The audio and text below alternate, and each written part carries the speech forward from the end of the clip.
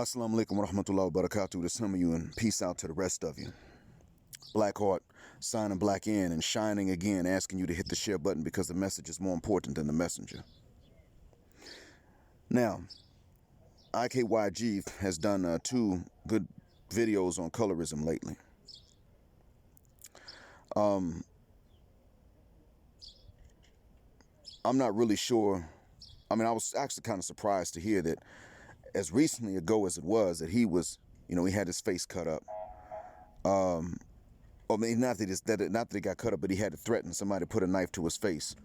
Was going to cut him from his cheek to his, I forgot what he said, but in New York City, this happened to a lady a long time ago, and she was on a radio show talking about it. I forgot the name of the show, and I forgot her name, but I remember the story. I think Light Skin Tears has a link to it, or Light Skin Love.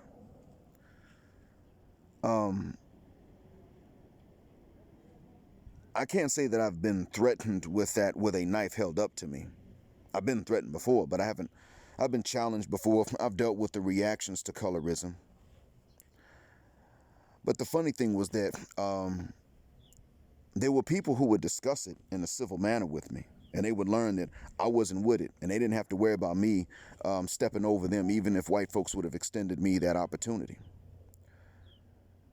There were others who simply wanted to shun, just turn away right off the bat. I wouldn't necessarily know what it was about, so I can't assume that it was colorism or that it was not. There were others who said, who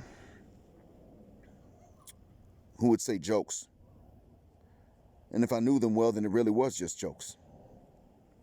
Sometimes I hear these jokes from people I don't know well, but I was shocked because, see, considering the age difference between Angel Ramirez Jordan and me, I would have assumed that by the time he was coming up, they wouldn't have even wanted to hold a knife to his face because it would have been considered beneath them to do it. My goodness. That was the thing that shocked me the most, actually, that it was still going on. But they did ask him, "You think you cute?" And he did point out rightly that if he had been older, he could have said, "I don't even know what you're doing this for. It doesn't even make any sense. Somebody else wants to utilize me against you, but I know I don't go along with the program." And that's what I wanted to remind you guys about now. Understand, again, I've said this before and I'll repeat it. Light skin privilege comes with a condition. When white people extend a privilege to someone that is paler, it is with the understanding that you will play along and further sow division. When you don't play that game and they know it, they withdraw the privilege. Understand that. Many people, many of the ones I know, will not play that. They won't play along with it. Now, if they're offered more money, they'll take it, but that doesn't mean that they necessarily know that they've been offered more money for the same job. But when they are told that they need to be harder on somebody else that's black in exchange for what they get, a lot of them will say, "Well, no, thank you." And they may not get fired from whatever position or promotion they got, but they won't be promoted again, usually. That's what winds up happening. That's real. They do this with that understanding. And white folks did not have to have a meeting to agree on this. They're just going to do it because it's in their interest. Sure, they'll take someone like me. They might offer me a position as a manager in some jobs, maybe within 3 months. Junebug been there 5 years. No manager. But when I'm not going to be unfair to Junebug, that's when they're going to say to me, eventually, if you want to move up, you're going to have to do things differently.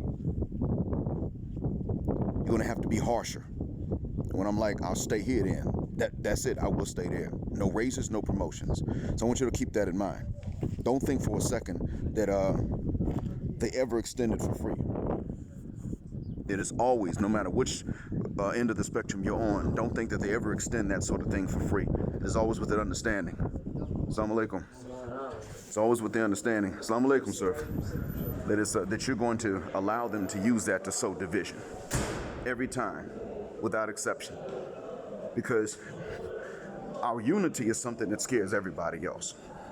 Mostly Mostly you know who, Massa, Zaddy. But everybody gets scared of it to a certain extent. I've seen the nervous looks on the faces of some of my students when I start talking to somebody from South Africa and I speak to them in Zulu.